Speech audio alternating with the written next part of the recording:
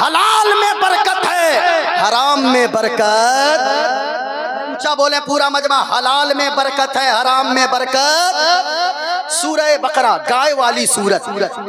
بنی اسرائیل میں ایک ایسا انسان تھا جو بڑا کمزور تھا، بڑا غریب تھا، وہ مزدوری کیا کرتا تھا۔ جب تک اسے مرض الموت میں وہ مبتلا ہو گیا، یعنی ایسی بیماری لاحق ہو گئی کہ وہ دنیا سے جانے والا تھا، دنیا چھوڑ کر جانے والا تھا۔ اب وہ بے چین ہونے لگا، ڈاکٹروں نے اسے لا علاج کر دیا، حکیموں نے کہا چند دنوں کے مہمان ہو آپ۔ اب میں آپ سے پوچھنا چاہوں گا، اگر آپ کے بابا جان اگر ہاسپیٹل میں ہوتے گئے، ڈاکٹر اگر لا علاج کر دے، کوئی سلی گوڑی لے کر جاتا گئے، کوئی پٹنہ لے کر بھاگتا گئے، کوئی دلی ایمس لے کر جاتا گئے، اللہ تعالی ہم سبوں کو خطرناک اور مہلک بیماریوں سے محفوظ فرما دے۔ کہیے نا بھائی آمین، زور سے بولیے آمین۔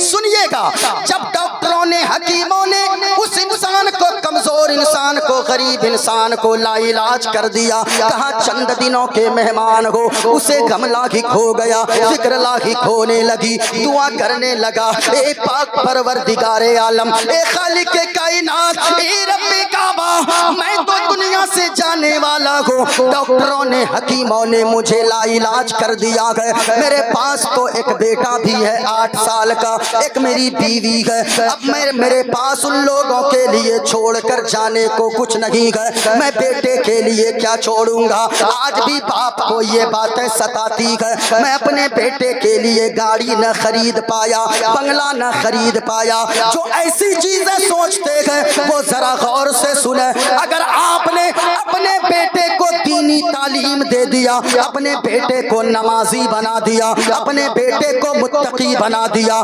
پرہیزگار بنا دیا، ادب والا بنا دیا، تو گاڑی سے بہتر ہے کہ آپ نے اپنے بیٹے کو متقی بنا دیا ہے۔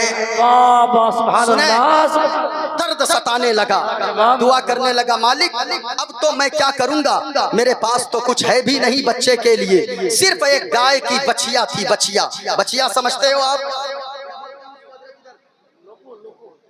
گائے کے بچے کو لوکول، جو بھی ہو، سمجھ گئے نا آپ؟ ہم لوگ بچیا بولتے ہیں۔ ہاں، گائے کی بچیا تھی، اس گائے کی بچیا کی رسی کو پکڑا۔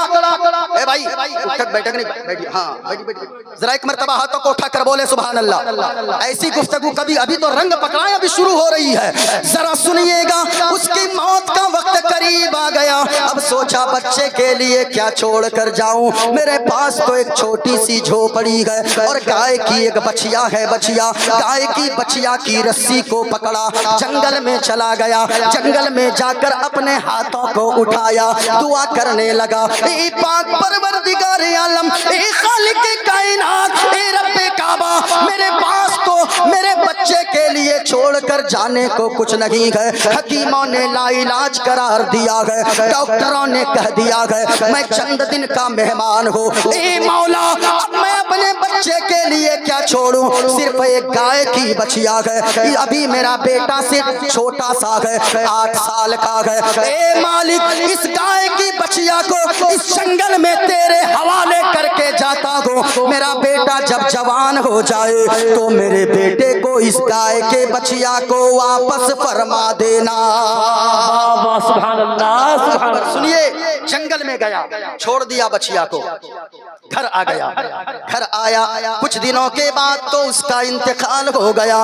یہ واقعہ قرآن میں موجود ہے، سنو پیارے، جتنے لوگ غلامان بدر ملت یہاں پر جو بیٹھے گئے ذرا غور سے سنیے گا۔ اب جب گھر آیا، انتقال ہو گیا، جب اس کا بیٹا بڑا ہوا تو بڑا نیک بنا، اتنا نیک بنا کہ دن میں جاتا جنگل میں لکڑیاں کاٹتا، لکڑیاں کاٹ کے گھر لاتا لکڑیاں، پھر بازار جا کر لکڑیوں کو بیچ لیتا، جو اس سے لکڑیاں بیچ کر پیسے آتے ان پیسوں کے 3 حصے کرتا، ایک حصے کو اللہ کے راستے میں صدقہ خیرات کر دیتا، پیسے کے دوسرے حصے کو اپنی ماں پہ خرچ کرتا، دوسرے حصے سے اپنی ضرورت کو پوری کرتا۔ اتنا فرما بردار وہ بیٹا بنا کہ رات کی تاریکی رات